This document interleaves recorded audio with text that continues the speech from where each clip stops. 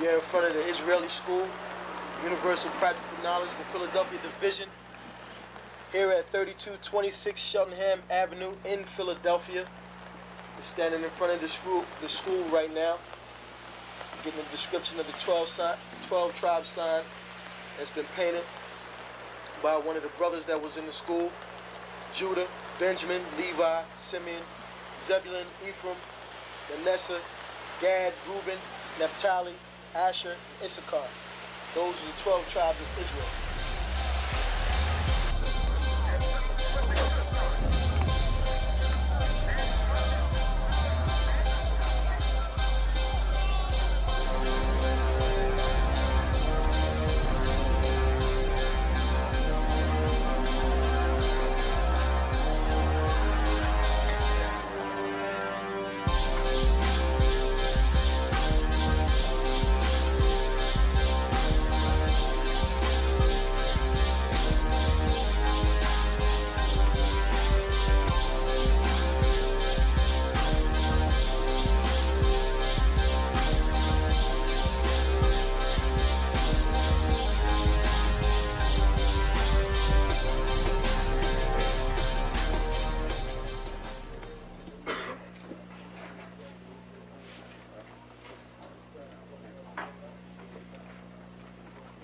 Shalom.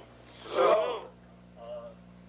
You've been waiting for this day, so this day has finally come. A lot of you have been wondering where this knowledge that you've been hearing is coming from, and the powerful truth that you've been hearing, how this was established.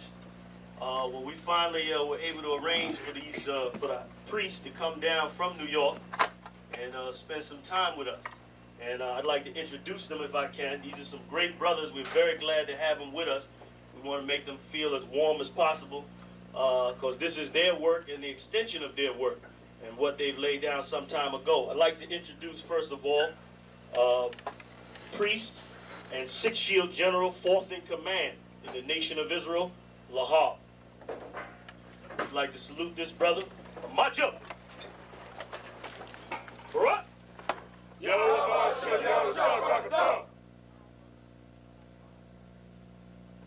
Yeshabim, which means sit. And I'm going to turn it over now to Priest General Lahab.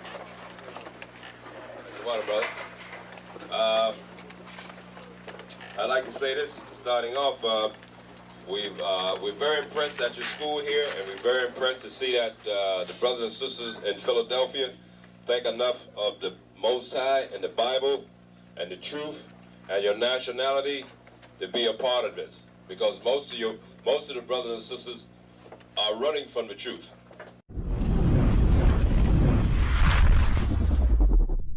Shalom, Israel. It's time to come get your full dose of truth for the week. You got Mondays, history class, taught by Officer 500 Shariwan and Officer 500 Ahabawan. 7 to 9 p.m. Eastern Standard Time. Tuesday, you got Word to the Unwise podcast from 6 to 7 p.m. Followed by the main event, Captain and Priest Hadarya teaching scripture breakdown, the Bible like you never heard it before. 7 to 9 p.m. Eastern Standard. Wednesday, we got Priest and Officer 1000 Awaja teaching you all about the law. Tune in. 7 to 9 p.m. Eastern Standard Time. Thursday, you got myself, Priest and Officer 5000 Kazak Moth, joined by Priest and Officer 500 Barak Yah, teaching you the Brotherhood class from 5 to 7 p.m. Friday, learn to speak in the Holy Tongue, the Lashawan Kodash class, taught by Officer 1000 Katab. 7 to 9 p.m. Eastern Standard Time. Shalom. This is to all Israelite groups and all Israelite communities and all breakoffs from One West and breakoffs from breakoffs from breakoffs from breakoffs. No matter what rainbow uniform you wear, red, white, purple and white,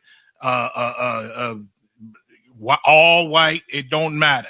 You should all treat the ISUPK like your weird, misunderstood Sabbaths. You shouldn't do anything until you counsel with the ISUPK. We'll tell you when and what to eat. We'll tell you who to marry. We'll tell you who to have sex with and how. We'll tell you how to resolve conflicts with your wives. We'll tell you how to resolve conflicts with your kids, your brothers, your sisters, your parents, your friends, everybody. We'll tell you when and how to pray. We'll tell you how to direct your life in a way that's pleasing to the Most High God of Israel and our Black King Yahushua, aka Jesus Christ. We will be to you instead of a God. Just like the Most High told Moses in Exodus 4:16 that Aaron would be to him instead of a mouth and he would be to Aaron instead of a God, that's what we'll do for you. It is what you all need because none of you know what the fuck you are doing. I pray you understand. Shalom. Hey, listen, brothers and sisters, man. If you like what you hear, hit the subscribe button, man. Subscribe to this channel. And also, please, go to isupk.com and pay your tithe. Drop me some cash so we can move around this planet like we need to, man, and do the things we need to do. They're one West. They're one West. They're one West. They're Shalom, Israel. Shalom. Shalom. Y'all about Shimon Shabbat Thumb. Y'all Shemal Thumb about Shimon Shad of the sisters. What's going on, Israel? Hold on with you, Shalom. Yabashim Yashabakta. Yahushua Hashem Yahushua. We are the ISUPK, started out at 1 West 125th Street, Harlem, New York, under Commanding General Yohana. And what we do is we teach Blacks, Native Americans, Hispanics, the truth about who they are, being, and this backup, what we back it up with is this Bible. We back it up with the Bible, something that your Christian pastor won't do. If you're not in the ISUPK, you're not in the truth. You're in some fancy fairyland camp or something like that. Leave them, leave your churches, leave your what's it called that? The imams, the Muslims go through it, whatever. Right. Stop practicing, cut down your Christmas tree. Take them dumbass lights down and get yourself right here in the ISUPK so that you too can know the truth. God, and if I may, one of the most important things that you're going to learn from us in the ISUPK is your identity. Yes, who sir. you are. And one of the most valuable things you can learn is, that you have enemies. Mm-hmm. You know what I mean? Like it's so important to understand that there's a people, that have hated you, since the inception of America. Yeah, I mean, from the inception of our nation being established, there has always been a people that have hated us. And in this history class, we're going to go through a little bit about the spirit and the characteristics of that enemy. Damn right. You know what I mean? There's a saying that goes, how do you fight an enemy that you don't know exists?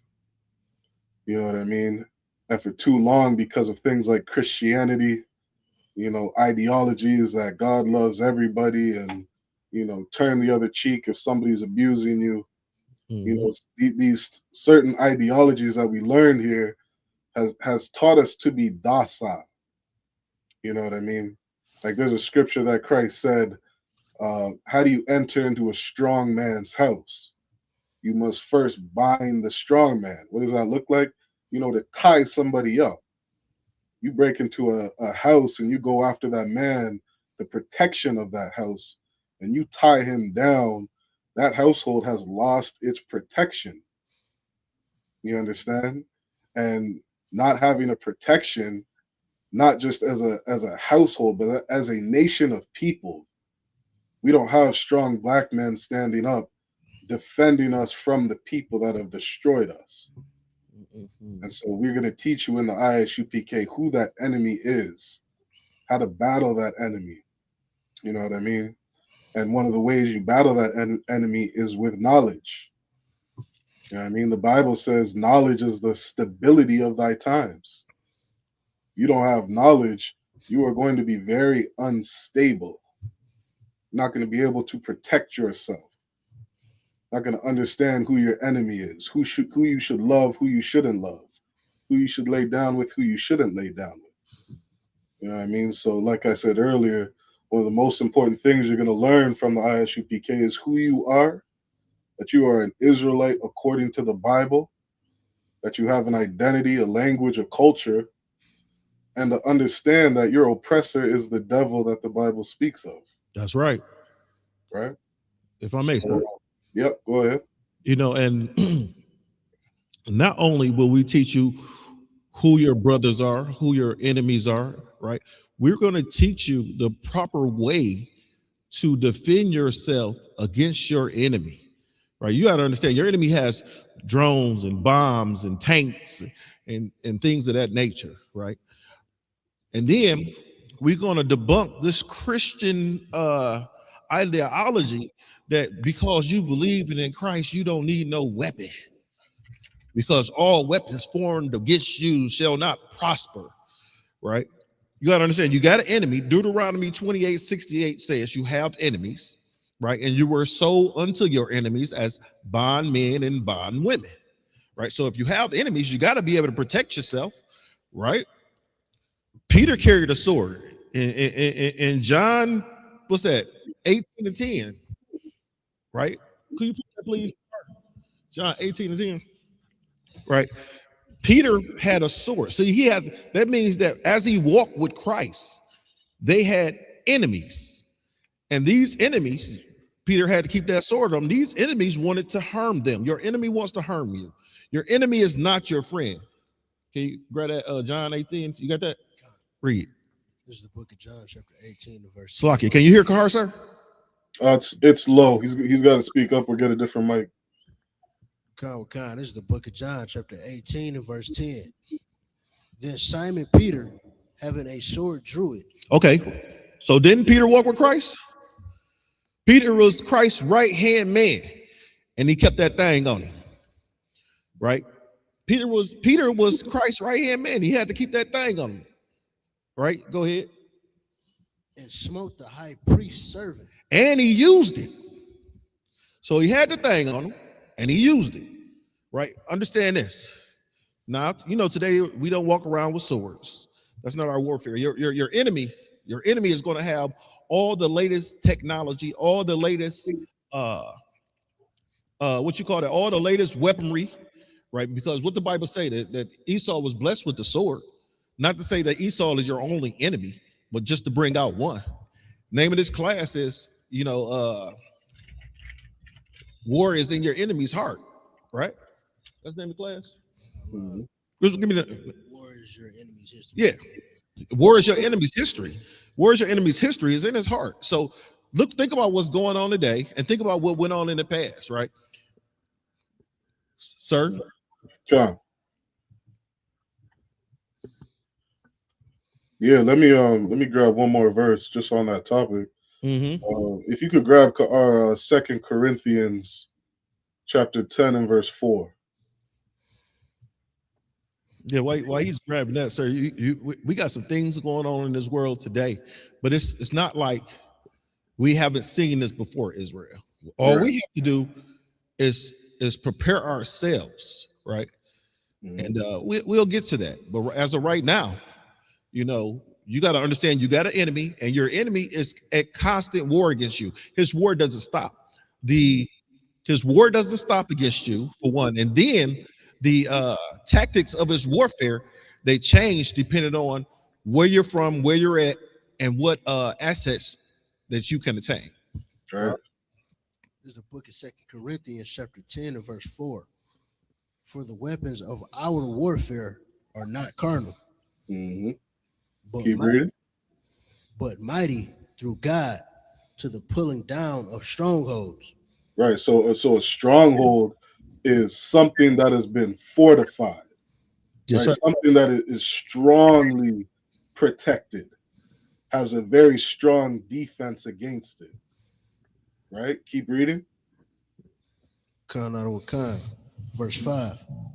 Casting down imaginations. Casting down imaginations. And this is exactly what we're going to do in this class today. You understand? Like, how many times have I heard, people outside the ISUPK say, "Oh, y'all are so militant. You know, when are you gonna go and get guns and, you know, get all this body armor and this and that? Well, Christ told us what our weapon was. You know what I mean? One of the things we do is we cast down imaginations, right? An imagination is an idea that you have in your head. Mm-hmm. You know what I mean? An idea that, oh, black fatigue. I'm so tired of these black people fighting. I'm so tired of these ghetto ass niggas brawling in the streets, shooting up the neighborhood. That is an idea you have in your head when you walk down the street. A black man walking by some white people in a park. That image of that black man is he's about to rob somebody. He's somebody I should be afraid of. He's somebody I should fear. Or what are you doing in our neighborhood, Trayvon Martin? Mm-hmm. You know what I mean? Those are imaginations, and because of these things, you know, we end up dead. If I may, sir. Right, go ahead.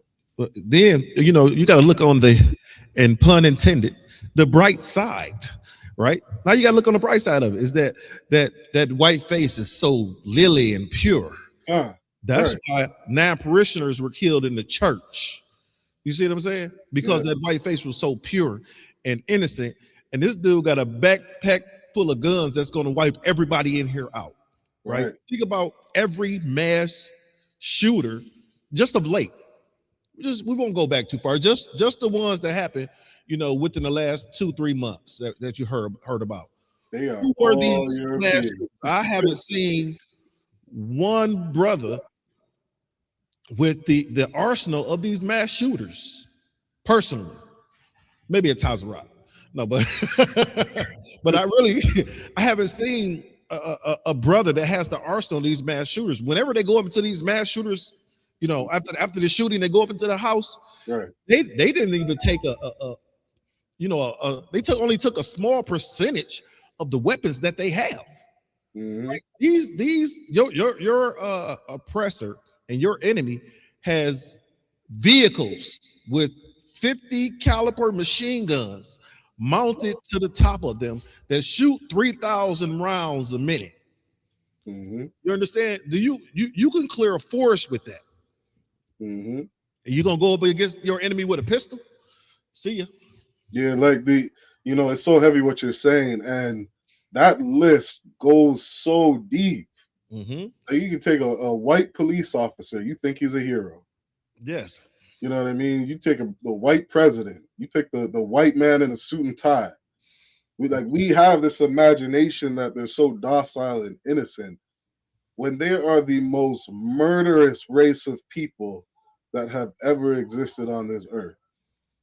You know what I mean? And he goes as far as to say, or let me put it this way, we go as far as to think as a people that he's even God himself. We think he's Jesus Christ, you know, God on earth, walking the earth. And it's because of these images that we're so destroyed, that lack of knowledge. You understand? So, you know, we get into some of these articles today, like it's so crystal clear who the devil is. It's so crystal clear who the murderers of this earth are. You know what I mean? Like they've colonized over 180 countries. I think there's like 230 countries in total. Yeah. And 30 of those countries are probably some small little island, you know what I mean, that nobody's ever heard of. Well, it's going to be 181 when they finish with Venezuela. They will not stop. You know what I mean? And so we really need to understand who the devil is, understand who the murderers of this earth are. Change the image, you know, of a black man, you know, in our minds. Like there's so much destruction in our community that we even, you know, look at ourselves like we're the murderers. We look at ourselves like, you know, we're the people that are overly not aggressive. What's the word? You know, just criminals. I'll use that word. You know, we look at ourselves as criminals and gangbangers right from the time we're, you know, 8-9 years old. Mm-hmm. You know what I mean? We start playing the part, following the what we see in the music industry, following what we see on the media, and taking on that culture as if that's really black culture. There's a statistic I hear all the time on how black people, commit all the crimes. Isn't there like 40 million, so-called African Americans in America? And you have maybe 3,000 shootings in the year? And it's like, so you're telling me over 97%, 98%, damn, 99% of African Americans are law-abiding citizens, but they portray us as criminals. We believe that bullshit. You know what I mean? So It's called propaganda, sir. Absolutely. So we gotta cast down those imaginations. You understand? Those are our weapons. Knowing the truth. The truth that's on the earth. It's the most powerful thing, according to God, on this earth, is to know the truth. You know what I mean? That's what we teach here in the ISUPK. So let's if you got anything else to hobble on, we can get into these articles. Not at the present time. Some things that I want to bring up, but I want to hop into these articles too, sir. Yeah, let's grab the what is it? The attack on the Capitol. Hey, I wanted to go there first anyway. Yeah. You have to understand, the greatness, the great white hope is fighting against his own America. You didn't get it? I thought, okay, cool. Yeah, you got it. Right. Understand this is that you've heard of black on black crime. You got to say it like the Christian pastor, sir. You heard of black on black crime. But this is, America on America crime. Understand is that when the North went against the South, that was white on white crime. That Confederate flag is a representation of white on white crime that we got involved in. These people rushing the Capitol, some more white on white crime. And then guess what? We get involved in it. Right. Like Captain Tazariak said, you should when this went down, you should have been sitting on the couch, eating your popcorn, having you a beer. Right. When these folk go against each other, like the way that they do, we should be sitting on the couch, eating our popcorn, having a brew. If you don't drink brew, have you a glass of wine. If you don't drink wine, have a juice, soda, some water, but get you some popcorn. But get you some popcorn. Yeah, go ahead and put that on there. And if I could add, like, even think about the inception of America. Like, you had what was it called? The Confederate fighting the British. Yeah, the Confederate flag. Right. Think of all the white on white crime that has existed from the inception of America. You know what I mean? Like, these people will murder themselves. You know what I mean? There's so much blood in their heart that they will go to war against each other. Yes, sir. Like it's nothing. If I may, sir. Yep. What is usually the description of a thug? Right? Let me pull it up. The description usually a thug, probably, some dude walking down the streets, pants hanging down, you know what I'm saying? T-shirt, hoodie, or something like that, some jeans on, doing some type of ruckus. That's the definition of a thug, right? Pause it right there. Yeah, pause it. Let me read this, Abawan. Right? This is the exact definition of a thug. Is a violent, aggressive person, especially one who is a criminal. Okay. Now, has it been proven that every single one of these people that ran up into the Capitol, that they're criminals? Right? What do criminals have? Criminals have felony charges against them, misdemeanor charges against them. They were charged with inciting the riot and running up in the Capitol. Those are felony and misdemeanor charges. Yes or no? God, pause that, car. Yeah. Destruction of property. Like, go back to that, car. And I'm so glad you keep replaying that. Is this not the definition of a thug right here? Look at it. You see his drawers. You see his drawers, right? He got a weapon trying to break a window. I think that's a thug. Right. Violent and aggressive. I think that's a thug. And don't just watch him. Look at the woman on his side. Support. That's thug support right there. She don't got a problem with that shit either. Now pause, sir. Now, it was another article. I'm trying to find it. They said that when they got into the Capitol, they started getting high, drinking and smoking and using drugs. Mm-hmm. You know, who is not to say, you know, think about this. When those type of people, you know, those people do certain things. You understand? There's always drugs and sex, and they gotta take a crap somewhere. I don't understand how you put all that together. Drugs, sex, and doo-doo. And so there's reports that they were doing some you know, how do you say defiling the Capitol in many different ways. And don't they always say, Habawan, like, you know, there's nothing wrong with protesting, you know, but why do you guys have to go around breaking things? Yes. Isn't that what they say about black people? Yes. Yes. Black Lives Matter, as Black Lives Matter are quote unquote protesting no justice, no peace. All the president keeps saying is, oh, if you guys could just, you know, do it peacefully. Why do you guys have to break everything when you protest? Why do you have to damage all the storefronts and vandalize the city? Just peacefully protest. I think I got an answer. Come on, go ahead. The Bible says that, and I'm paraphrasing, that you are of the devil, your father, right? What do you think devils do? Now, we understand the devil is what? Means deceiver. Right. So these deceivers Yeah. are now, right? Think about it. They tell us, why can't we do it peacefully? We learn from you. We can't do it peacefully. We can't peacefully protest because you can't peacefully protest. If you think about peaceful protests, look at the what was that? Pull up the when you get a chance, Kahar. Christopher Addis. I think is Christopher Addis, the Boston Tea Party.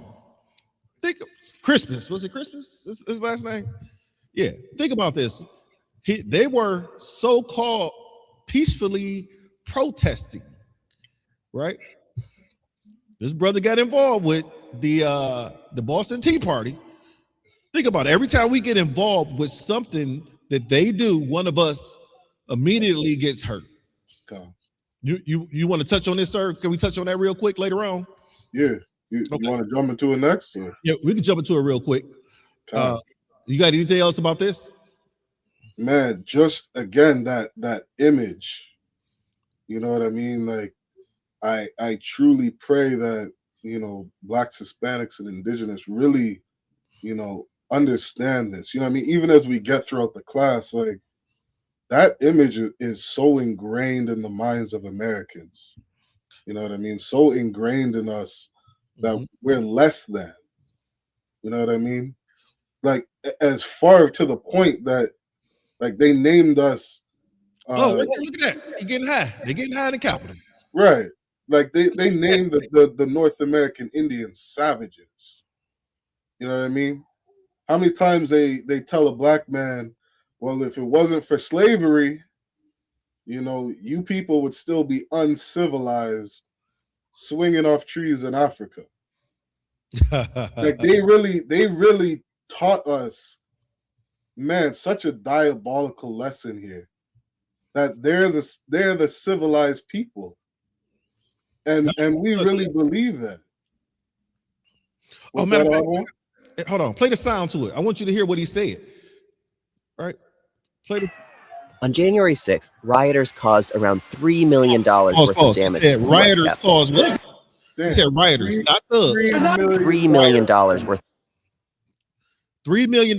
If you, what is rioters on January 6th? Let me get that. What is the difference between home invasion and breaking and entering?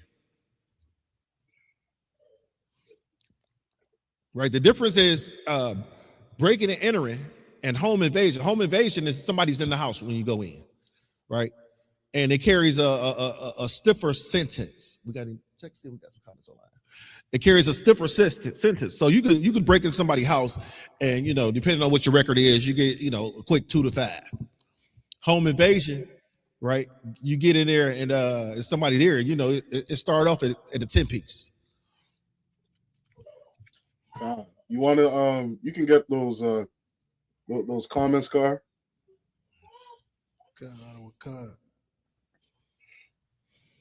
Nashai Gabar. Shalom, how about Shema Shabakatah? Shabakatah, priest. Yeah, from Saginaw. From Sag Nasty. Princess Noah. Shalom, princess. Oh, that's your rib, sir. Good. He did this. He just went to the other room. Shalom, princess. Like,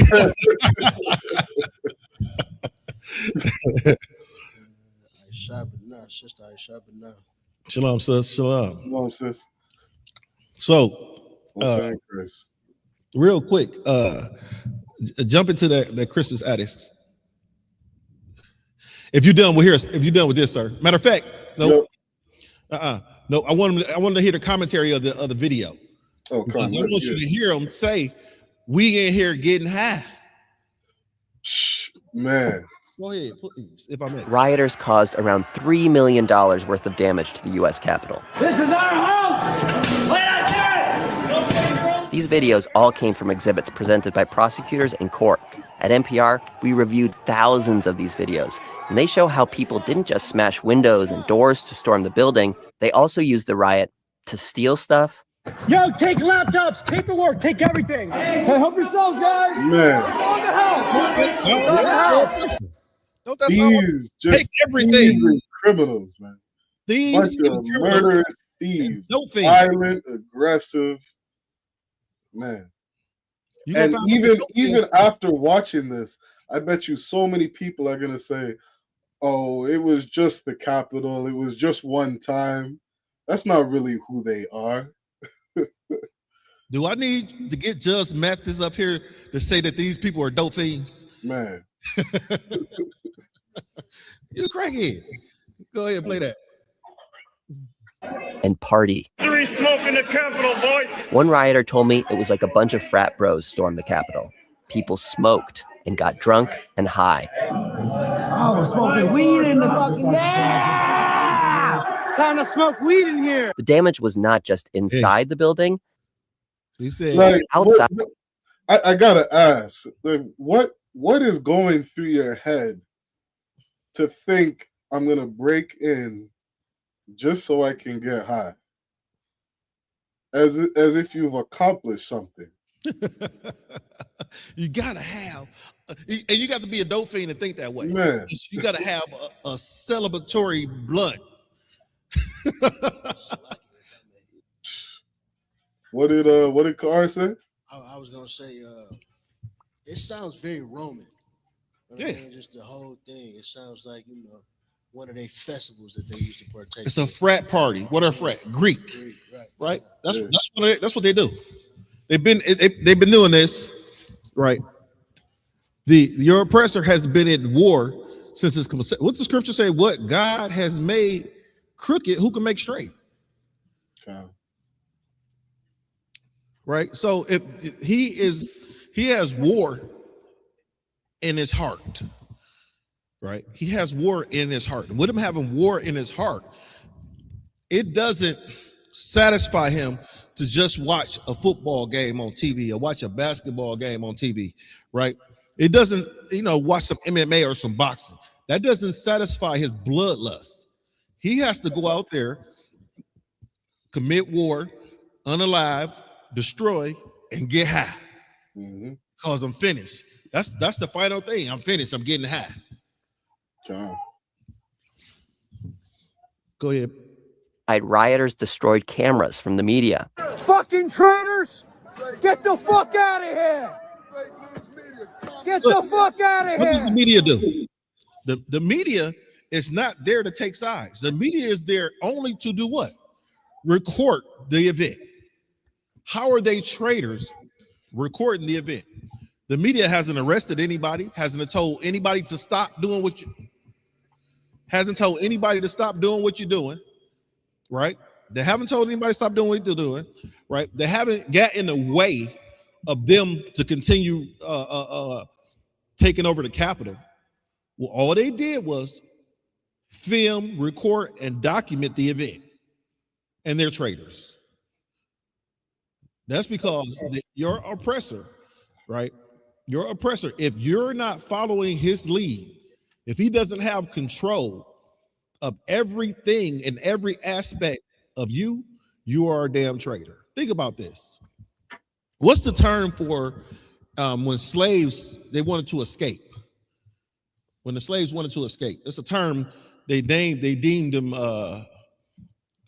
it was almost like imbecile or something like that. Well, there was a term where they had that they used saying we had a mental disorder. They named it a mental disorder because slaves wanted to be free. Yeah, let me see if I look that up real quick. Slaves wanted to be free. It was called Drapetomania. Drapetomania. Yep. Drapetomania.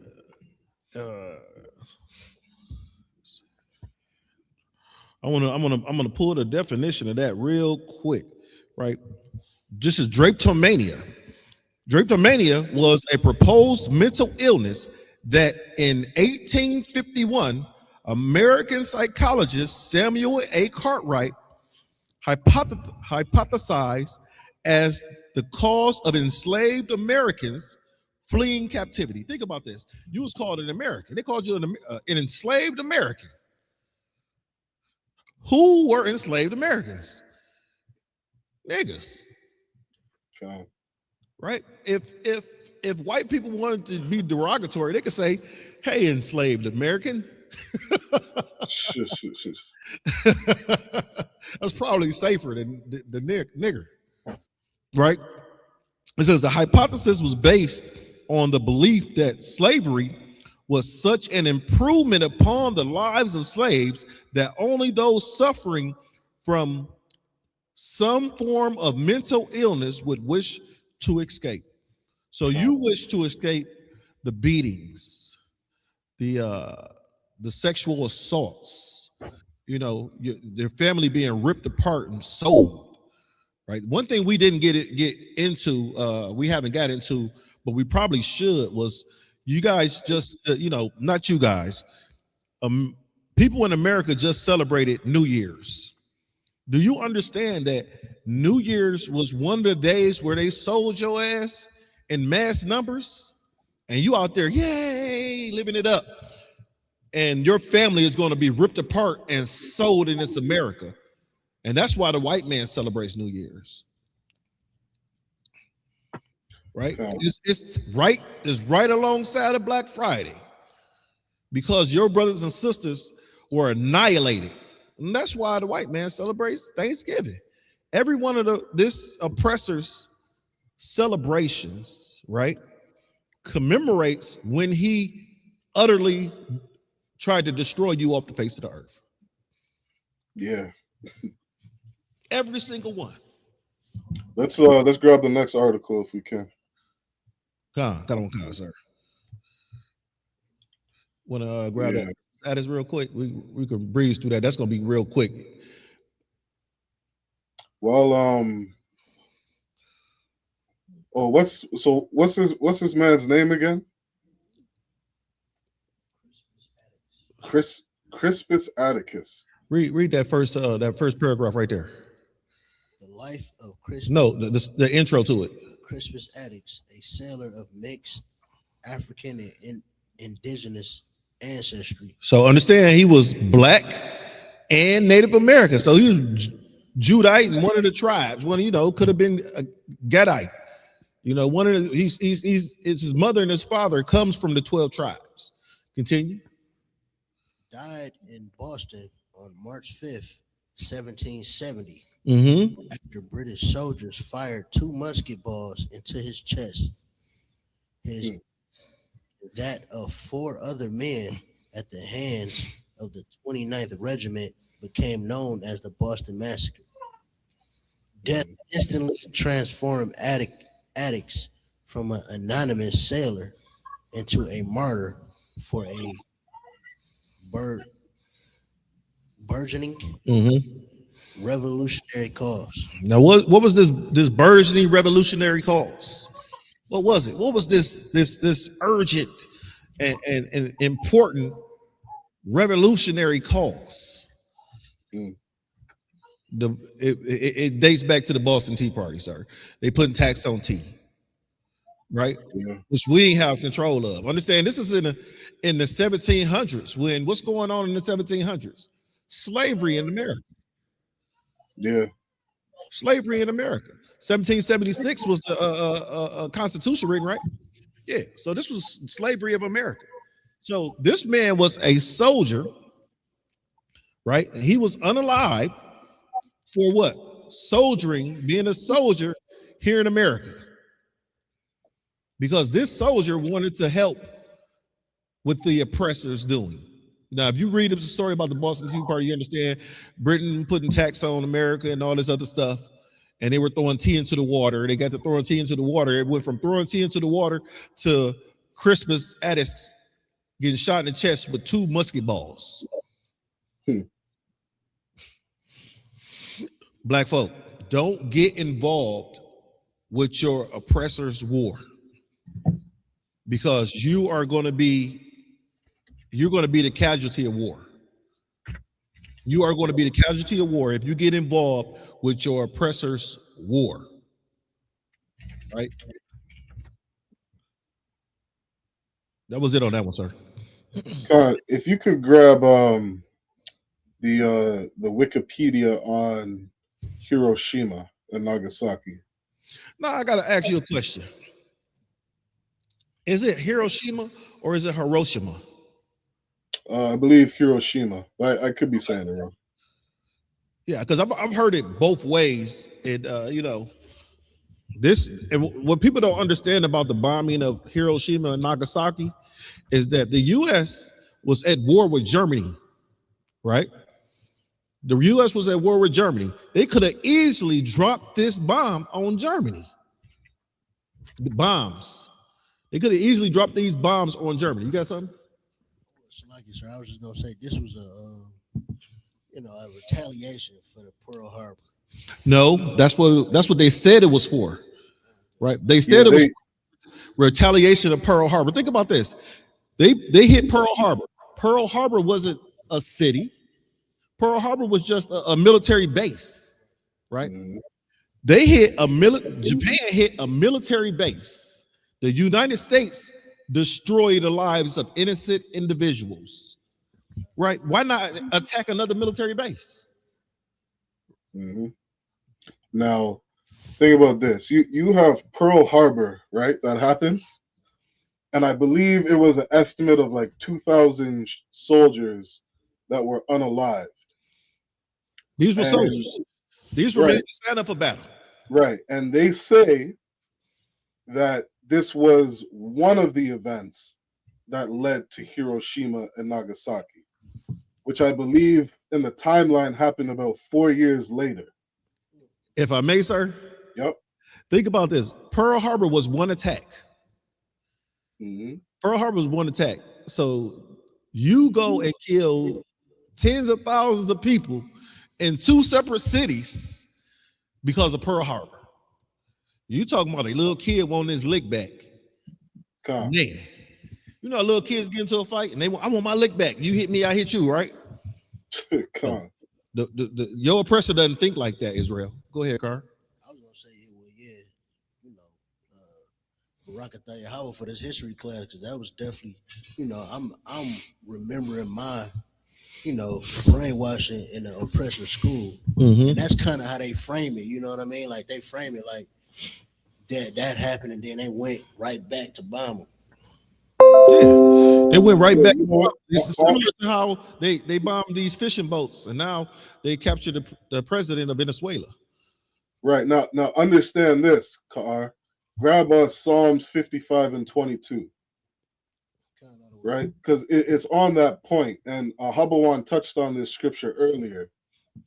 But it's so important. Like, again, understanding the weapons that we have, we got to cast down imaginations. You know what I mean? Like, you're taught in history class, you know, that, you know, basically it's framed as the white man is so peaceful and loving, and he has the right to defend himself. And he'll justify his war like, you know, he is the greatest victim on the earth. Right? Go ahead and read that, Car. Khan out of Khan. This is a book of Psalm 55 and 21. The words of his mouth were smoother than butter. Damn right. Smoother than butter. Like that's exactly what he'll have you believe. 9/11 happens. You know what I mean? Pearl Harbor happens. And he's just this innocent bystander who had to defend America, had to defend them from the evils and the terrorists that were coming on American soil. His words were smooth. Keep reading. But war was in his heart. And God's telling you what is truly in this man's heart. What Europeans really think about. They have war in their heart. That's how that is the only answer, the only conceivable answer that you could grasp to understand how somebody can unalive 2,000 people, and that can motivate you to detonating the first nuclear bomb on this earth. Nobody has ever been bombed by a nuke before. You know what that is, sir? That is me stepping on your shoe and you shoot my house up. More than your house, Abuan. Like you're being so kind when you say that. Being so kind. That is you stepping on my shoe and me going to all 100 cousins. You know what I mean? Hunting down your family, your kids, your kids' kids, and your kids' kids, and anybody who lived on the same block as you. Yeah, like the numbers. Let's read that article, and I'm actually gonna just look up the ratio. Times 240,000 people, right? Let's read it. God, this is atomic bombers at Hiroshima and Nagasaki. On 6 and 9 August 1945, the United States detonated 2 atomic bombs over Japanese cities of Hiroshima and Nagasaki, respectively, during World War II. The aerial bombings killed 150,000 to 246,000, most of whom were civilians, and remain the only use of nuclear weapons in an armed conflict. Japan announced its surrender to the Allies on August 15th, 6 days after the bombing of Nagasaki, and the Soviet Union's declaration of war against Japan, an invasion of Manchuria. Check this out. I went to do the math. One. That is a 11,900% increase from 2,000 people being unalived in Pearl Harbor to them bombing an entire Japanese city. Almost broke Japan in half. Think about it. Japan's an island, right? Their people are over there still. Do we got any? We should have brought up an article about the effects of radiation that's still going over there in Japan from the nukes that were dropped. I think they're just now starting to put people on that island. I think I had read that a couple years ago. Yeah, so you got to understand this is that they dropped, you hit Pearl Harbor during the war, right? Think about this. Japan hit Pearl Harbor, which is a military base, during a war, right? And then America kills babies, right? Unalive school teachers, right? Unalive.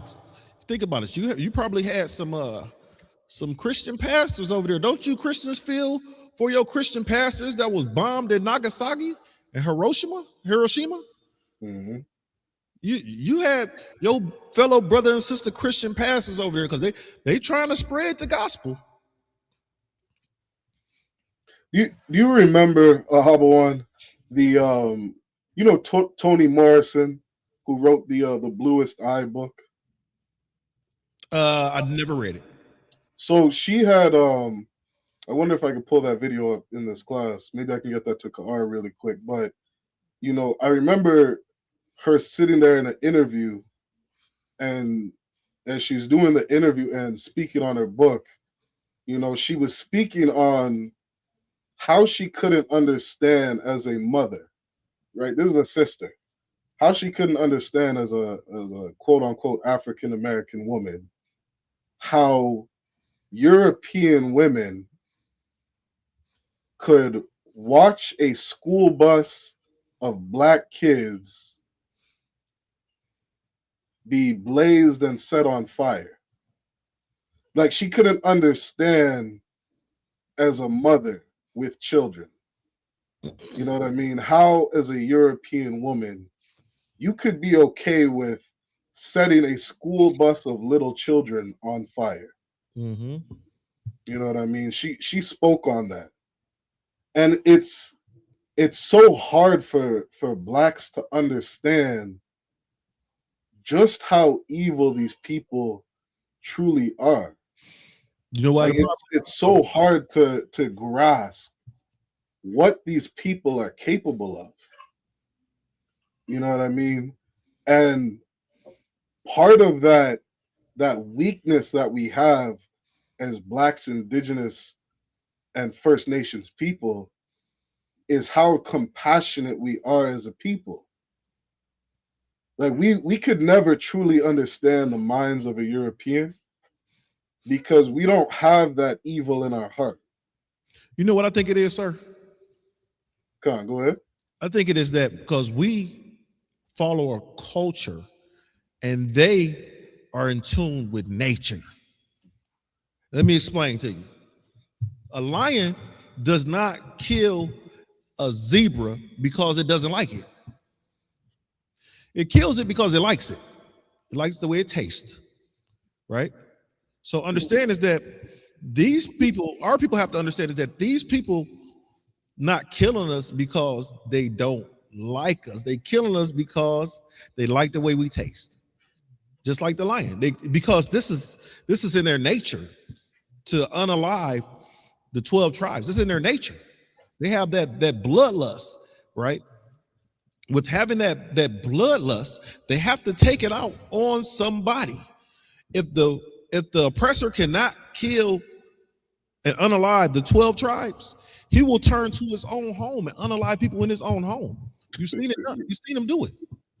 You here, look at the Menendez brothers, their own mother and father, right? And you have multiple stories about the oppressor turning his bloodlust into those of his own home. Mm-hmm. Right? So we have to, as a people, understand if this person will unalive his grandmama and his auntie and his cousin, mm-hmm. You don't have a chance. You don't have a snowball's chance in the house on a 90-degree day. Sure. That he won't unalive you. I would, I was just thinking about this. Like, I would love to get the total death toll of people that Europeans have unalived. Like that that number has to be so diabolical. Like I just think alone you have over 70 million North American Indians that were unalived. You know what I mean? Like you look up historically, you know, they speak on how when they first came to America, there was something like 10 million indigenous people. And once they were done unaliving, that number was down to like 300,000. But look at this. Like you understand what mass genocide is? Right? Go ahead, Hubble. 77 million.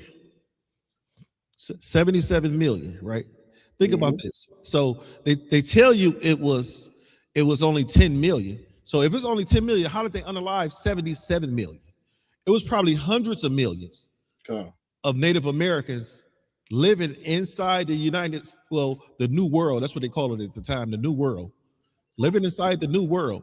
And then they dwindled them down to 300,000 people. Right? Because we know the millions that went down during the Trail of Tears, and the millions that went down during the transfer to these what do they call them, reservations, right? Reservations were worse than the concentration camp that your small hat claimed he visited for a couple of years, right? And check this, right? Here's another example of that. These imaginations that we have, or their words being smoother than butter. They'll tell you that after they committed mass genocide, which led to the Trail of Tears, you know what they're going to teach you in history? They're going to teach you that indigenous people took their black slaves with them on the Trail of Tears. So you trying to tell me an oppressed people had slaves? God. Does that make sense? So you are unaliving and oppressing the Native Americans, and they got slaves. You know what I do? If I was a Native American and I had some slaves, and this oppressor comes over, I'll tell my slaves, kill him, and you're free. And you know what you would have had? You would have had the what they call it, the war, America against the South, North America against Civil War. You would have the Civil War all over again. Right? The Civil War would have started there at the Trail of Tears. Right? You see what our brothers and sisters did at the Alamo. Right? We see what we did at the Alamo. So you trying to tell me that you can't do this in other tribes, and then other Native Americans didn't communicate to other tribes like, hey, we got to get together, get this white man, this pale face up out of here. Right. And a Hubble one. Don't white people love to say that not all white people had slaves? Yep. I thought the poor white people couldn't own slaves, but yet the poor Native Indians, they were slave owners. Now look at this, sir. Understand, America is one of the most powerful and richest countries on the globe, correct? Correct? So with America being one of the most richest and powerful countries on the globe, and it's all stolen power and riches, because the Native Americans, the indigenous people, our brothers and sisters, were here first, right? And then they were let's say they were I'm not going to say they were unalived and pushed off the land. Right? Very prosperous area. Think about the financial backing that our people would have if we were never taken over by the oppressor. Right? That means that America, the indigenous people of America, will be the most powerful people in the world. That sounds like rulership to me. Isn't that what we teach in ISUPK? Rulership. So understand is that if just say if our people would not have sinned against our God, right, we'll be on top of the world right now. We will be in rulership right now. And with us being in rulership, it says when the What does it say when the meek is in? Righteous are in authority. Yeah. People rejoice. When the righteous are in authority, the people rejoice. So if you want to rejoice, America as a whole, lift up the 12 tribes. Mm-hmm. Lift up the 12 tribes. When you see the brothers out there, when you see them UPK brothers out there on the streets teaching, reach in your pocket and fill them buckets up. And after you fill the buckets up, get down on your knees, kiss some boots. Once you put some money in that bucket, kiss some boots, then we'll look at you as like you are one of the good ones. Mm-hmm. If I could, really quick, there's a brother from Toronto. I just want to get his question answered really quick, brother. So this brother's asking. He's Puerto Rican, and he's wondering what tribe he's from. So the Puerto Ricans, in large, are from the tribe of Ephraim. Mm-hmm. All right, I know this brother's father is Puerto Rican. Oh, woo. Yeah. Yeah, so he's a brother. All right, cool. He ain't from the 13th tribe. God. Yeah, he's a brother. So the Puerto Ricans, they are in majority from the tribe of Ephraim. All right. Something you can look up, on your own time is just look up the all the stones that they found in Puerto Rico with Hebrew writing. That's a good place to start. I think look up, it's called like the 1800 ancient stones found in Puerto Rico, something like that. So yeah, that's a good thing to check out, brother. Yeah, let's keep going. Let's keep going on these articles. What we got? Let's see. Oh, grab there was a thing from Brown's University. Let me see.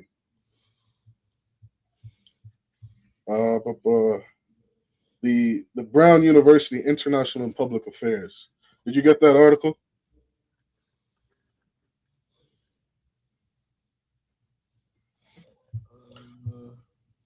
Yeah, you talking about the one that started off human, cost the war? Come. And if you could, Habawan, grab what is that? Ezekiel 35:5. Yep. All right, go ahead and read that, Car. This is a cost of war. By Brown University, it says the cost of war research examines the human toll of U.S. military operations and spending for U.S. service members, veterans, military contractors, and allies, and for civilians killed and displaced. An estimated over 940,000 people were killed. Damn. Read that again, Car.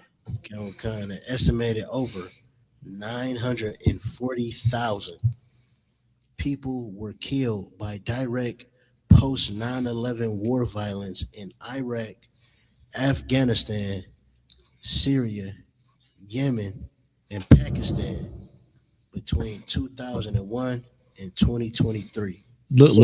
So this is a result of 9/11.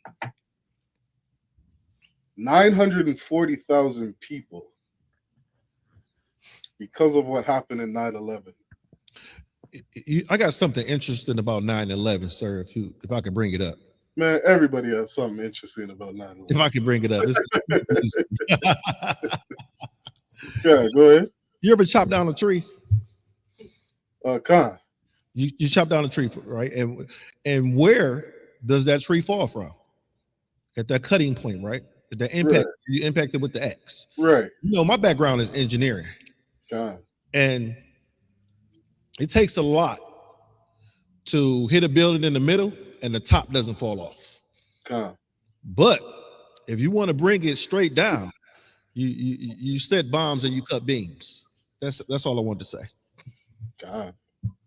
Yeah, I don't know UPK's official stance on that. Yeah, but I do. That's not mine. That's not UPK. That's engineering 101. Hey, so like, I'll add on. I've been in construction a long time, and if you've ever seen them demolish buildings, like when they blow those buildings up, they come straight down. Yes, sir. You know what I mean? But I'm, the UPK, we're not conspiracy theorists. Just these are just some observations by, just some men. there are some things that happen in the United States that we can't explain. But so now think about this. If you could, pull up how many people have been said to be unalive from the 9/11 attack. I think it's right around 3,000. I think so. So understand, more people died in 9/11 than Pearl Harbor. Right? And understand that not only did more people die in 9/11 in Pearl Harbor, think about this.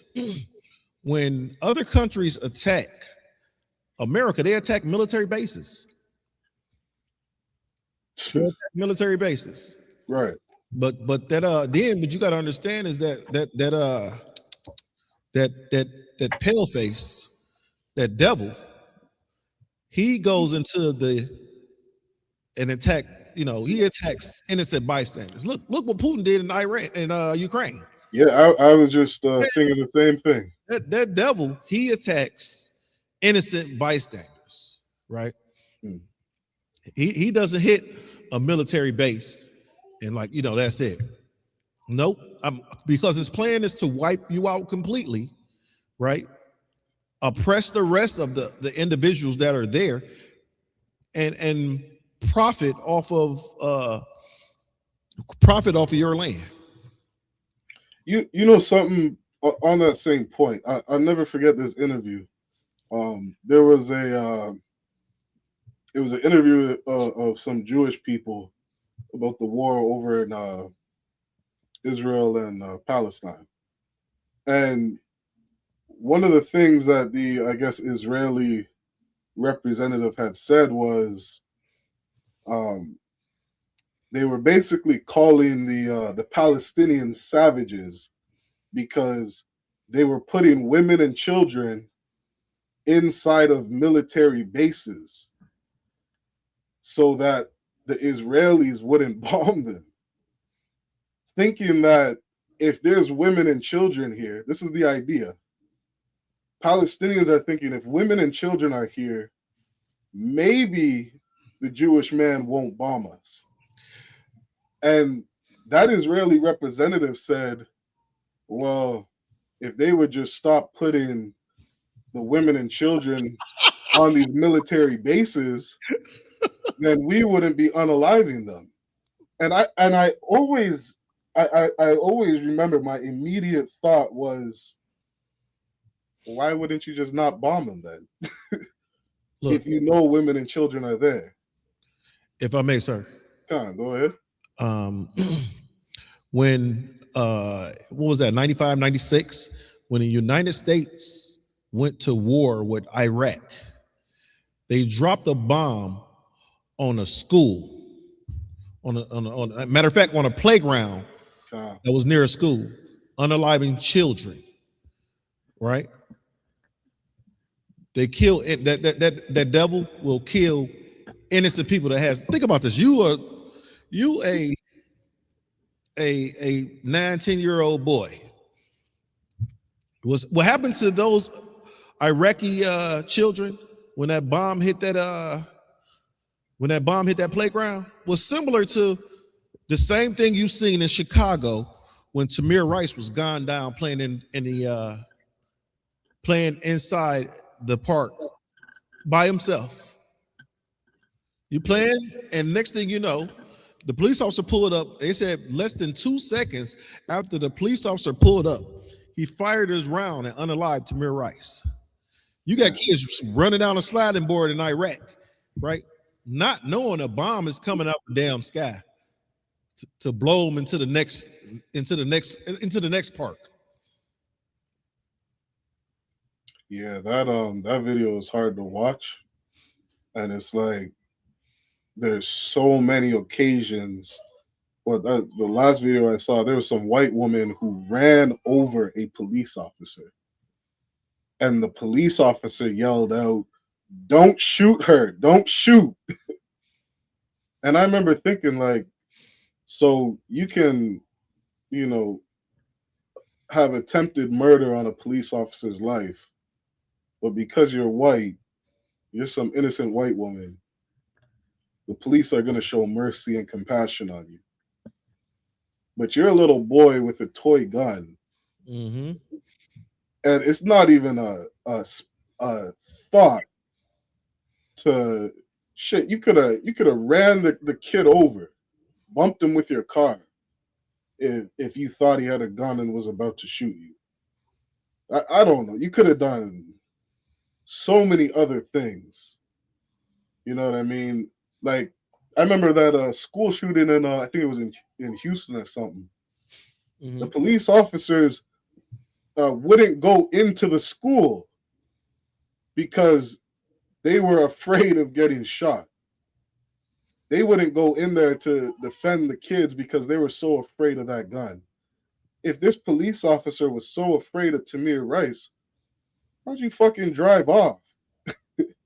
Yes. You know what I mean? Like, do something. Call for backup. Salakia, sir.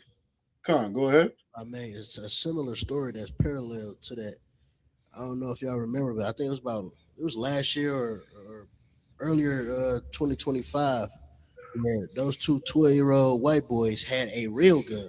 A shotgun and an AK-47, wasn't it? I think it was a pistol, sir. And they cornered them. And they had them cornered. And he had it in his hand. The little boy had it in his hand. They might have been like 8 actually. He had it in his hand. He was swinging it around. I do remember that one. They was behind like a couch or something like that and standing up in the backyard. Yeah. And the police had so much restraint for these kids when they just waving a gun around, a real gun that they knew was loaded. and they had them two white boys survive that situation. Well, if I may, if I could really quick, did those kids let off any bullets? No, they did. So now check, and the reason I asked that is because it was this year. This year there was a video of a man who was walking down the freeway with a rifle, and that man unloaded on the police officers, and they did not take his life.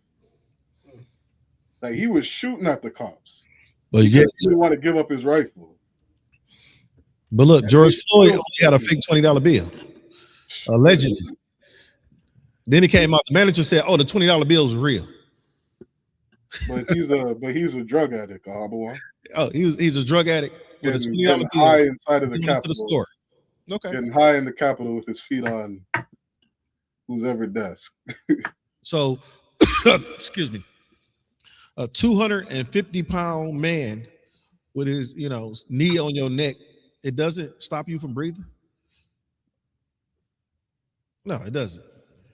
Heroin does. Yeah, right. But to go back to what you're saying, it was a 12 and a 14-year-old girl, 12-year-old boy in Florida had a shotgun, and the other one had an AK-47, and they were firing at the police. Right? They were firing at the police. The police said, "We're going to wait till they run out of bullets before we take them down." I'm gonna give you one guess of what people they were. Oh, that's the story right there, right? Want to pull one of them stories, sir? Yeah, go ahead. Just so people understand that what we're talking about is real, right? These are things that happen to, the things that happen to other nations don't happen to us, right? We can't get away with the same thing, right? Think about it. You had a white man walk into a bank and rob the bank. And then as he's leaving out the bank with the money, he lays on the ground. He end up with a job. Go ahead. armed with a loaded gun. Put it down for me, okay? You're not in trouble, but you have to drop that. And Drone footage shows a 9-year-old boy hiding the gun behind his back. His 7-year-old brother tries to grab it. Then the boys start fighting over the loaded weapon. Drop it, buddy. Put it down, babe. The 7-year-old boy takes possession. It's okay. You're not in trouble, buddy. Deputies continued calling out orders to the boys, desperately trying to stop a tragedy Whose video from is happening. that? Can you put it down for me? Dang. The boys, wearing Minecraft and Star Wars themed pajamas, are in their neighborhood. Pause. They're wearing Minecraft and Star Wars pajama. This is what innocence looked like to you in America, right? Where the hell a 7-year-old and a 9-year-old get a pistol from, for one, right? Understand they're locking up black folk left and right for leaving guns unattended when children get a hold to them and harm somebody with them. Where are their parents? Where are their parents locked up? They have a police standoff. This 9-year-old and this 7-year-old have a police standoff, right? The police saying, oh, hey, put the gun down, put the gun down. The police could have just said, hey, put the gun on top of the box and walk away. Or if it had been one of our 9-year-olds and 7-year-olds, we'd have been planning a funeral for those children. What'd you say, Carr? Yeah. What did Carr say? I couldn't hear. So like I said, they would have put one of our kids down. Yeah, in a second. With Tamir Rice. Gone. Albuquerque. Officers decide it's time to fire a non-lethal rubber bullet. Drop it. It's a perfect shot, landing right between the brothers. But watch, the 9-year-old responds by raising the gun and taking aim at the deputies. Officers say he actually pulled the trigger. Thank goodness the gun malfunctioned. Another rubber bullet is fired, and this time the deputies are able to move in as the boys try to hide. Drop it now. I don't even have the gun. Deputies yank the gun away and take the brothers into custody as 7 officers swarm. I spoke to Sheriff John Allen. So I don't even have a gun. If I may, he knew how to use that gun. Yes. That little boy knew how to use that gun. 2 hands, he had perfect form, arms extended. Like he was, and this goes to the topic. You know what I mean? They teach their kids young how to work these weapons. Yes, sir. You know what I mean? They know how to hunt and kill things. You know what I mean? So at that young age, he knew how to up that gun and use it. Absolutely. He done it before. Absolutely. You got any new comments? I think some people checking in. Okay. You got a car? This is Olivia Arnold. She always checking in. Shalom, Howard, Shamar, Latab, Shemel Shah. Cali? Shemel Shah, sis. California. Hey, tell Olivia to leave her sister's. What was that? She said she her easy bake oven. She said she broke her sister's easy bake oven earlier.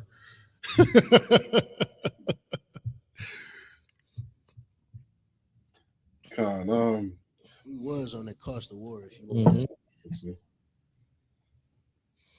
Let's grab the next article. Grab the I always like this one. Grab that Oklahoma City bombing. Timothy McVeigh. Yeah, that's a famous man. Yeah, I mean, very famous man. If you could have hobbled on, read that scripture while we're waiting. While Car pulls that up. Khan, I don't want Khan, sir. This is Isaiah chapter 35 and verse 5. Ezekiel 35. All right. Ezekiel chapter 35 and verse 5. Because thou hast had a perpetual hatred and hast shed the blood of the children of Israel by the force of the sword in the time of their calamity. Now think about, what those officers did to Tamir Rice, right? Think about, how they've always mistreated and abused us. You have over 90 million blacks and over 70 million Native Americans that these people have unalived. You got the abortion clinics that they put in, you know, every neighborhood to this day. Like the death toll that these people have racked up is insane. Keep reading.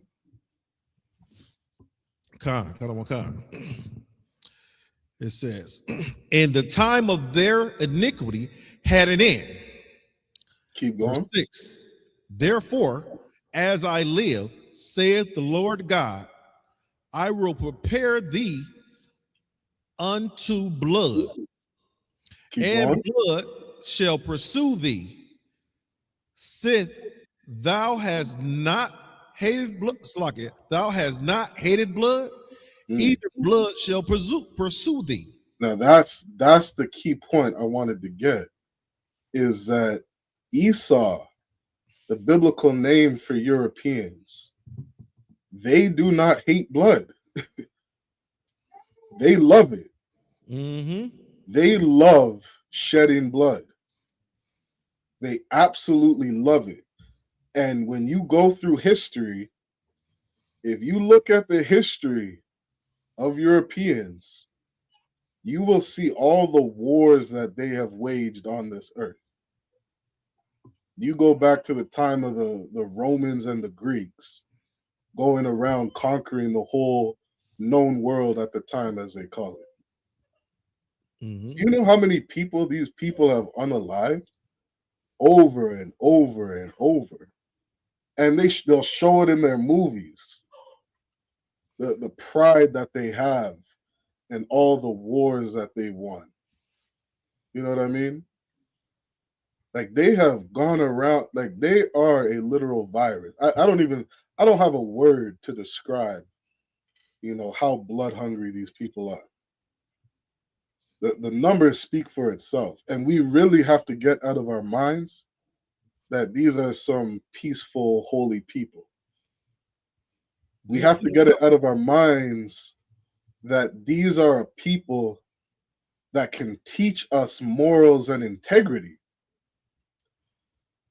Like, they're the people that gave you Christianity as they're sexually assaulting your women. They're giving you morality, you know, as they're doing lines of cocaine. They're giving you morality as they're setting up strip clubs in every corner of America. As they're going around, you know, murdering over 900,000 people in Pakistan or Afghanistan, unaliving entire cities, dropping nuclear bombs in Japan. These are the people that are going to teach you morals? Are you out of your mind? These are the people that are going to teach you to be upright and upstanding before the Most High? They're sitting there, they got Catholic priests and Catholic nuns in residential schools molesting you, sexually abusing you, physically abusing you. They found fucking electric chairs inside of these elementary schools. Yes, sir. And they got a cross around their neck, priest, whatever, McCully, whatever his name is, whatever Polish or Russian name he has. And he's supposed to teach you morality. It's absolute insanity. Can I ask something, sir? Come. Think about this. How can a people teach you morality and dignity that suck baby penises inside the synagogue? Yeah, that's wild. And then after he take his mouth off of that baby penis, he has earned the right in this world to say he is the lineage that you are. So he stole your identity and kiss a baby penis and say, you know what? I'm the man of the Lord. I'm the man of the God. I am the children of God. Right? When the Bible that we read tell us that homosexuality is a sin, it's an abomination. So understand these babies are contracting these little small head babies are contracting herpes because their parents pull their underwear down and put them in front of a priest. What they call they priests? What they call them? Rabbi. So your mother and father put you in front of a rabbi, pull your pants down. He kisses you on your Johnson, and next thing you know, you got bumps the rest of your life. Because your mother and your father think it's great for you to be molested at such a young age.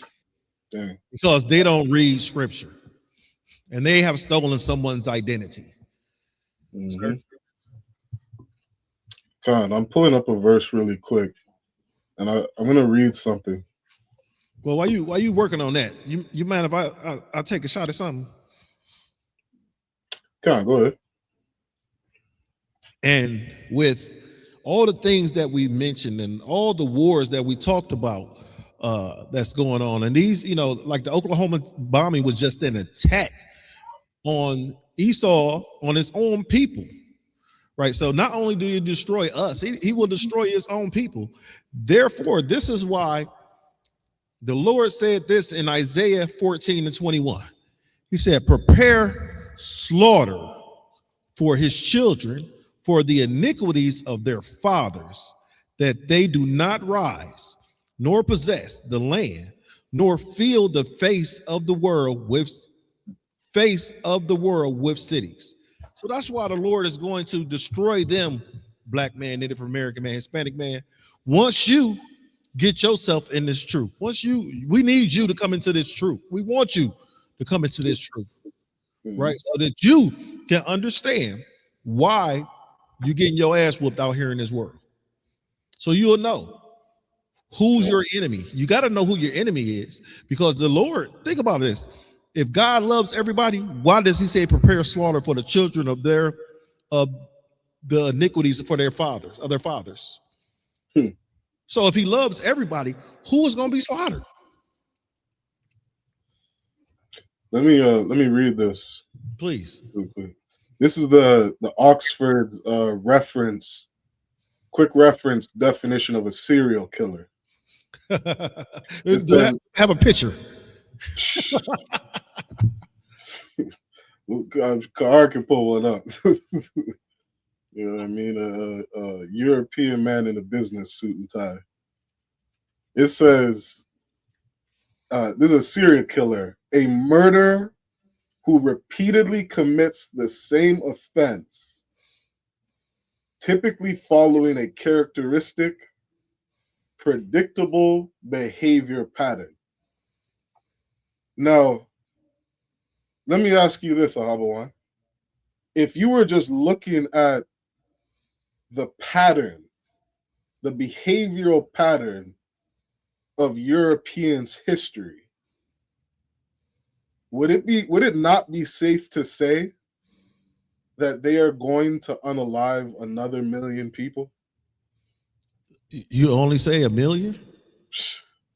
Just 1 million? 90 million blacks, 70 million Native Americans, 1 million Pakistans or Afghanistans, hundreds of thousands of Japanese, bombing little sailor boats in Venezuela. Like, look, they easily bumped off 250,000 people in the bombing of Hiroshima and Nagasaki. That's a quick 250,000 right there. Really think of the pattern, the behavioral pattern of Europeans. You cannot come to the conclusion. You could be in the first grade and your teacher's teaching you patterns. You just want to follow the pattern, follow the dots. Europeans are going to commit genocide on a people again. Yes, they are. It's going to happen. History proves it. And not just history, like the Bible, King Solomon, one of the wisest men to ever walk this earth, he told us this thousands of years ago. The book of Ecclesiastes, it says there's no new thing under the sun. And that which is named already has been named, and it is man. I'm paraphrasing. Because our spirits recycle on this earth. Yes, sir. The spirit of the white man, you know, is constantly being recycled on this earth. It's called reincarnation. And these people have shown you who they are. They've shown you historically that they rape or select, they sexually assault. They're going to commit genocide. They're going to commit whoredom. They're going to lie and deceive people. Mm-hmm. Have you think that they're the people of integrity, the standard of integrity?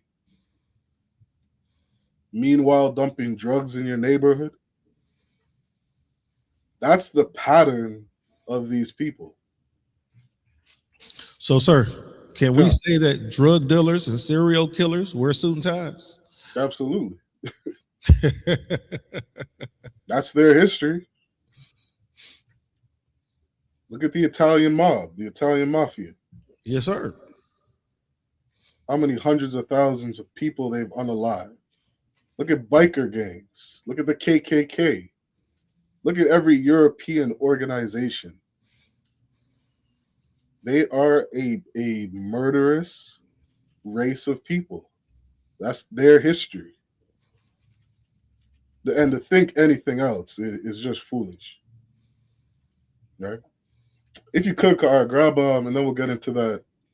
We'll get into that article. Grab what is that? Job. Let's see if I pull it up. Job 9 and verse 24. I'll grab that for you real quick. Come. You said Job 9 to 24. I was looking at something and I wanted to see the numbers too. So I really want to just free them up just a second. You said Joel or Job? Job. Job 9 and 24. Job 9 and 24. Come. This is the book of Job, chapter 9 and verse 24.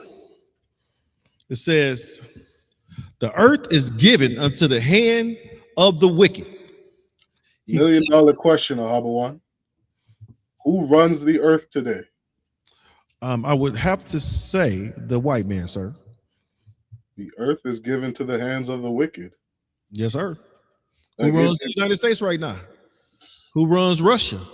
Who runs Ukraine? The same devil. They got warships on the coast of Venezuela as we speak. Why? Because they run the earth. They go where they want. Yes. You thought you had your whole country and you were safe behind your military and whatever it may be.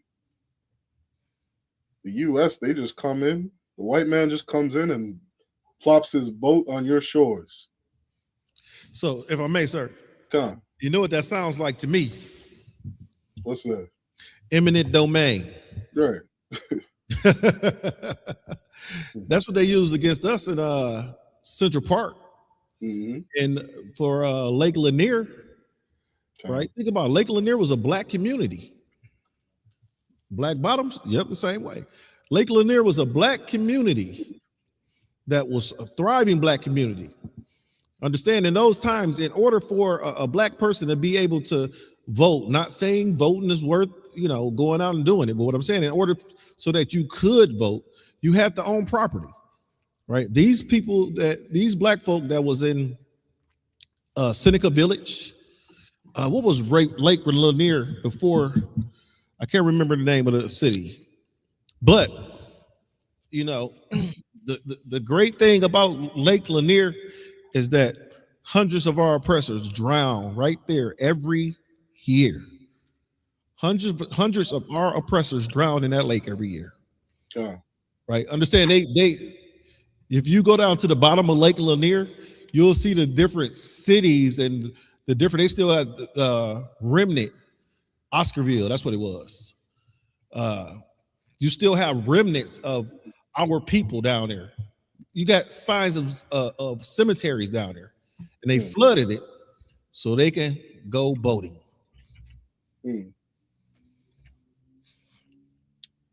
Let's prepare slaughter. Okay.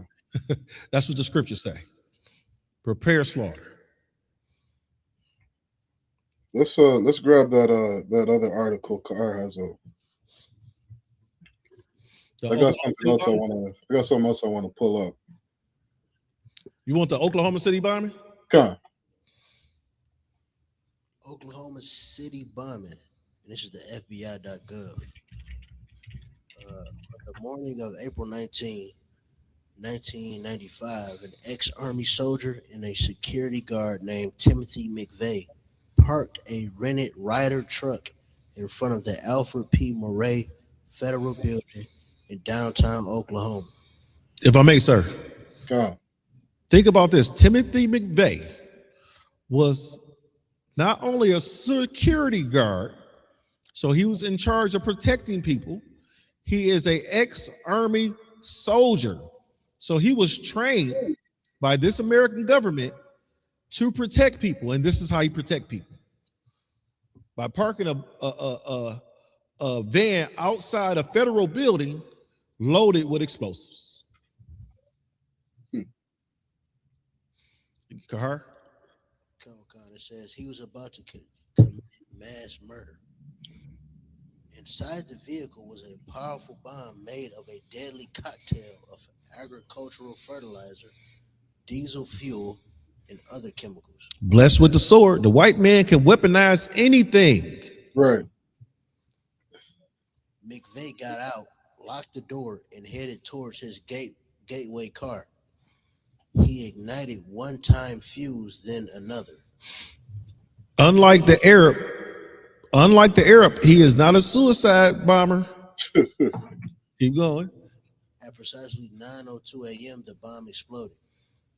Within minutes, the surrounding area looked like a war zone. A third of the building had been reduced to rubble, with many floors flattened like pancakes. Dozens of cars were incinerated. More than 300 nearby buildings were damaged or destroyed. If I may, sir. Do you know where Timothy McVeigh was from? Law. Michigan. Good night. Yeah, I Salakia, I see those white people from Michigan are a little violent. Yeah, hey, them individuals, they a little violent. God, Salakia, it's a lot of those militia type whites up here. Some 3Ks. Yeah, and them KKK out in Holland. They're everywhere. Yep. God. Yeah, I saw them. I saw them downtown with their Nazi flags, downtown Detroit, in front of that theater that was playing. What's that bitch's name? Anne Frank. They had an Anne Frank video downtown Detroit, and those Nazi, whatever you call them, those white Nazi boys were out there with them flags. 2025. Man. Yeah, I see them up in Michigan. I wonder what they charged him for that Ryder truck that he blew up. It says the human toll was still more devastating. 168 souls lost, including 19 children, with several hundred more injured. I think up to 800 people, or it's like the 600 or 800 people were injured in this bombing. That is white on white crime. Not this, now, some of our people were hurt in this bombing too, but he wasn't looking to go and hurt our people exclusively. He wanted to knock out as many people as he could. Yeah. It says it was the worst act of homegrown terrorism in the nation's history. Say that again. It was the worst act of homegrown terrorism in the nation's history. I thought black people were terrorizing the inner cities. Mm-mm. Isn't that what they say about us? We're just destroying all the inner cities in Chicago and New York. We're such uncivilized people, destroying this nation. Salaki, if I may. Go ahead. What's so diabolical about that is like, this don't even compare to the decades of terrorism that blacks, natives, and Hispanics had to deal with white people. Damn right. So the card is the worst act of homegrown terrorism when this entire country was built on homegrown terrorism. 77 million. His words were smoother than butter, Car. And we always got to remember that as a people, right? That's how we tear down these imaginations. You know what I mean? Like we've been, some of us brothers, we didn't grow up in the truth.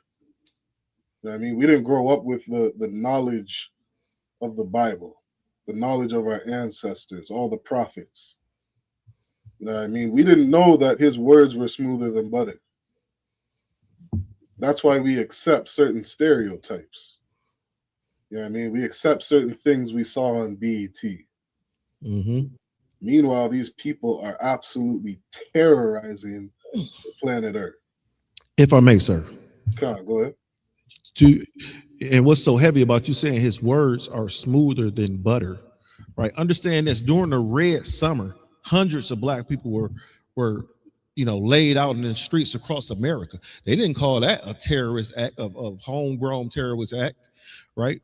Tulsa, Oklahoma, hundreds of black people were unalived and had to flee from their homes, not to be unalived. They didn't call that a homegrown terrorist act. The row houses at 85 in Philly. Right? Police dropped bombs and destroyed city blocks. Right? One bomb. Well, how many ever bombs they dropped? Destroyed on one house and destroyed city blocks in the black neighborhood. They never called that a homegrown terrorist act. Right? But in Las Vegas, when you had that dude shooting out the window at remember at the concert, the guy was firing out the window of a hotel, right? It started with an M, Millennium Bay, one of those hotels in Vegas. Fire out the window, and unalived people coming from a country music concert, right? Guess what? That's a terrorist act. Hey, Sly, one sec, please. Kaar, if you could check the private chat and pull up an article on Ryan Wedding. Slacky, go ahead, Ahabon. Understand this is that I don't even know. I know that Mississippi just recently abolished slavery, right? I'm gonna have to pull that article, probably pull that next week. But understand this is that I don't know when the 3/5 compromise was that ever resolved? Because was it resolved with the 14th Amendment? I'm not sure.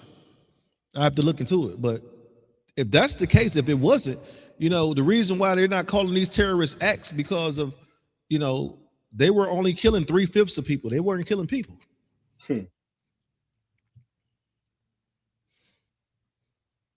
want that article on Ryan Wood? Yeah. Now let me ask a question.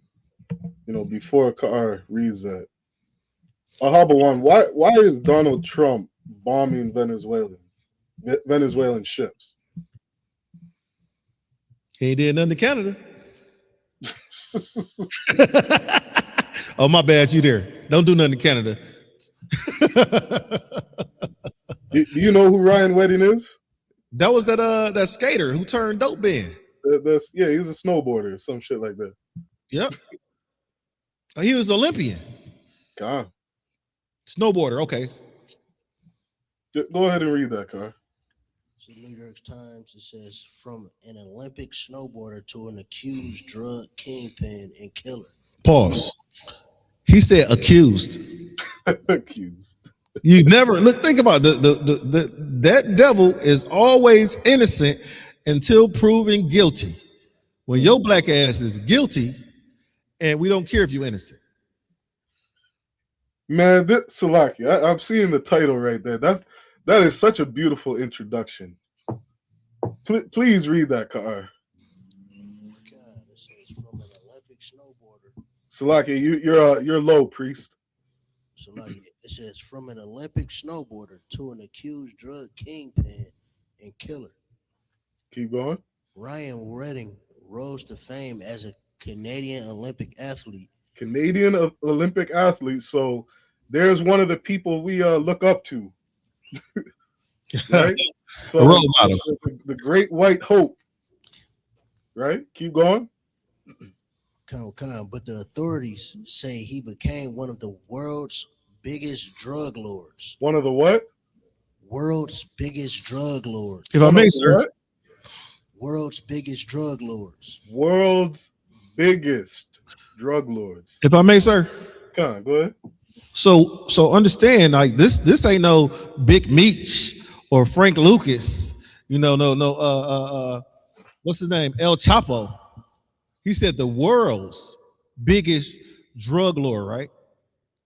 The world's. Think who? Big Meech was arrested and locked up. Frank Lucas was arrested and locked up. El Chapo was unalived. Think about other big dope dealers. Right. What's his El Jefe? What they do to him? They lock our people up or they unalive them. God. Did they got a picture of this devil? That's what I'm trying to see live. Oh, there you go. Oh, there you go. He got on shades though. He got on glasses. They got him looking, all glorious. Yes. Where is this dude's? Where is his lineup photo? Now let me ask a question. Does he look like a thug?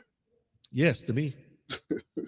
He looks like a serial killer to me, sir. Right, because the UPK casts down imaginations. Damn right. In the world, you would never believe that this is the world's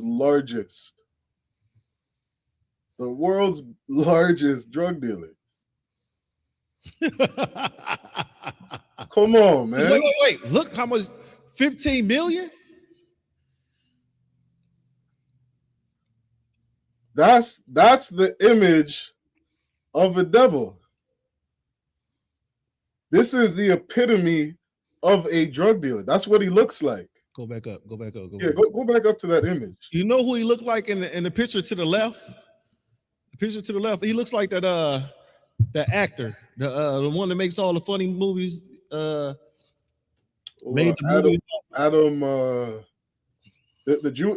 Jewish one. Yeah, the Jewish one. That's what he looks like.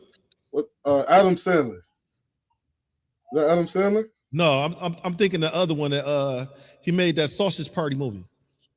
He wrote it. Seth Rogen. Yep. He looks like Seth Rogen. So you know what? I don't trust Seth Rogen no more either. And you should not. You should not. Like, you should teach your children this. Damn right. This world might be a little safer if we start stereotyping white people. I must agree with you on that, sir. You know, that's heavy what you're saying, because think about it. Today in today's class, we've showed terrorists, we've showed criminals, we've showed not just arsonists and home invaders and capitalist invaders, but we've showed thugs. And they all have one thing in common. And those thugs that we've shown look like the same people that's in the White House. look like the same people that run the police station, look like the same people that's over the Army and the Navy and the Marines. It look like those same people. Think about this. They just, the American government just fired, was it 200 black generals or something like that? Like 100 black generals or something like that? Some crazy number of black generals was just terminated. Right? And guess what? That guy right there don't look like those generals that was terminated. They don't look like the women that was fired from the from government facilities. Right?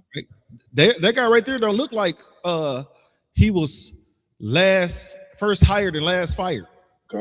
Right?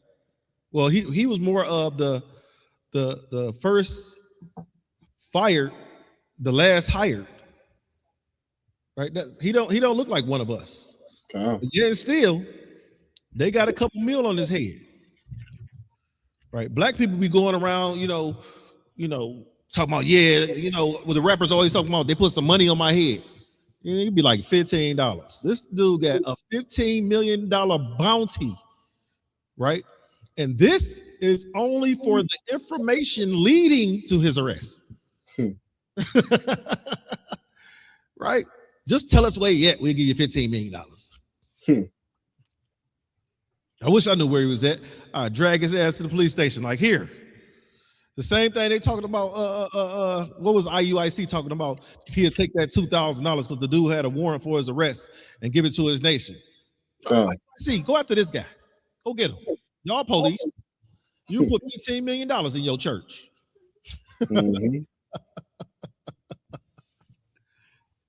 Get him, boys. And I was looking for, just as we were looking at this, I remember reading an article. If there's time, maybe Kara could pull it up. But it's like, as I'm looking at this, I remember seeing when Trump put all those wanted posters of Mexicans in front of the White House, saying how, the Mexicans are the criminals. And then he said there was some bad hombres. Right. It's like, you got Europeans, down on record as being the largest, drug kingpins on the earth. And you don't see one image of them.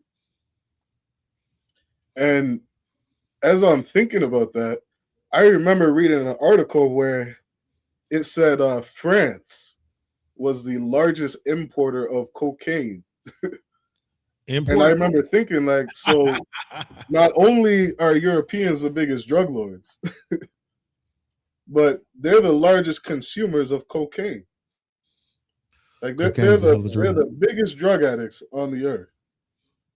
Cocaine's a hell of a drug.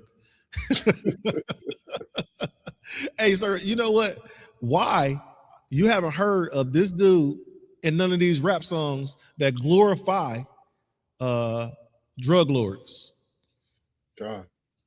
You got what's his name? Rick Ross talking about, was that Rick Ross there? I think I'm Big Meech, Larry Hoover. You ain't say nothing about Ricky over here. What's his name? Right. What was his Ryan name? Wedding. Ryan Witter. I ain't heard one rap song talk about moving dope like Ryan Ritter. Right. And understand that Ryan Wedding was good at his job. Ryan James Wedding. Like, he was a good drug dealer. That's why he made so much money. You know what that reminds me of, sir? No. What's the name of the movie? Was it when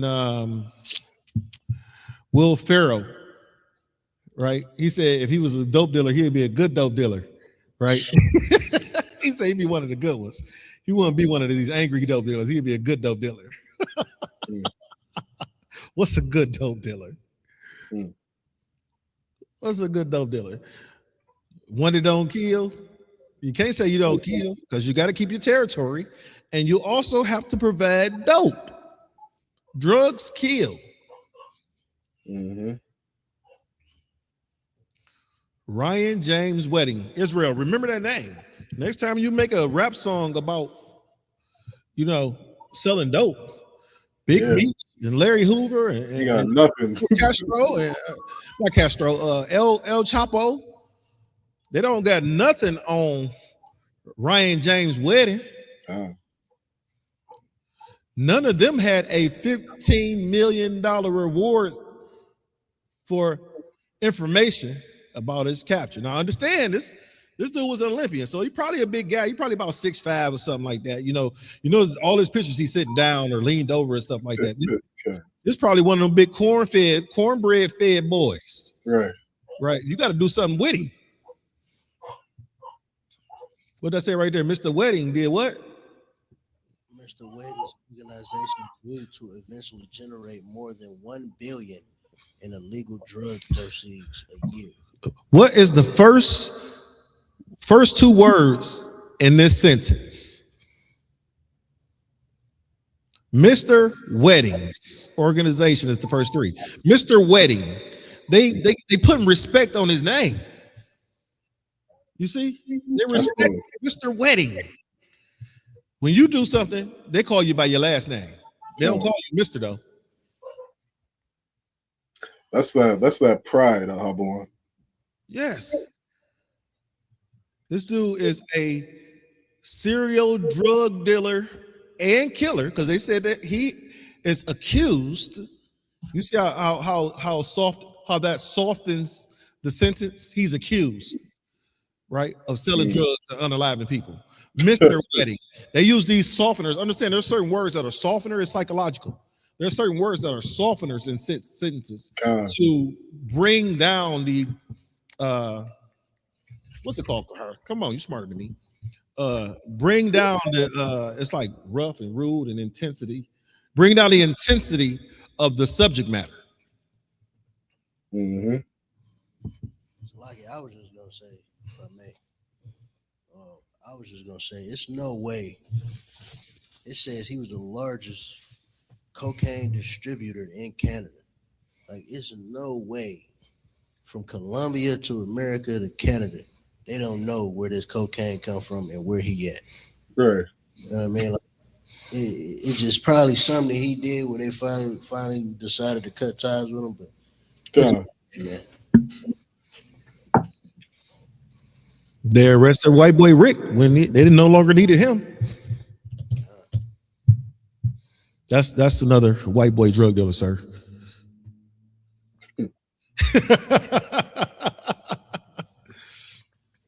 Yeah, we got to wake up, Israel.